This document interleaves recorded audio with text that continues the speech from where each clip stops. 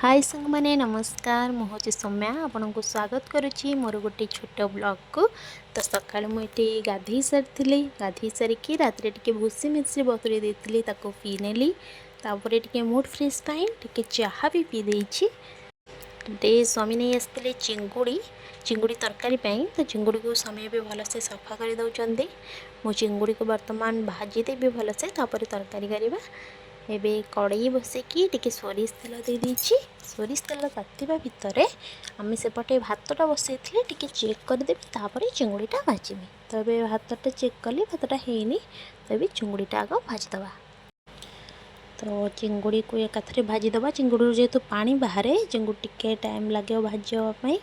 तो चिंगुड़ी पकईदेली देखो धीरे धीरे पानी बाहर की चिंगुड़ी गुरा पूरा भाजी गला भलसे। एबे आलू को भी काटी देछि भाजवाई। एपटे पांपड़ भी छाणी देछि जेहेतु भेज भी करिवार अछि तो पनीर को भी काटी देछि। तो एपटे पनीर पाई टिके तेल पकईकी पियाज और जीरा पकई जार देइथिली।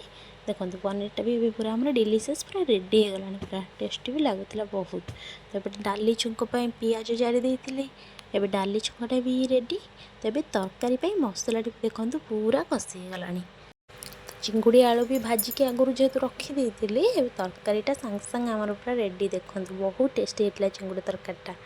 तो तरकारी सरू सरू एपटे वर्षाटा भी स्टार्ट हो गलानी। वर्षाटा देखो केते जोरे होउची वर्षाटा ठंडा भी लगुच जेहेतु गरम होउतिला एते दिन हेलानी। तो वर्षाटा हेले बहुत भल लगिला। आम टिके संध्या बेले भी वर्षा छाड़िया परे टिके बुलिया पई जाइतिलु लेक को। तो लेकटा बहुत बढ़िया लगिला। लेक पाखरे बढ़िया पवन भी दउथिला पूरा शांति लगिला। आम स्वामी स्त्री बुलाबुली करिकी घर को फेरिलु। नमस्कार।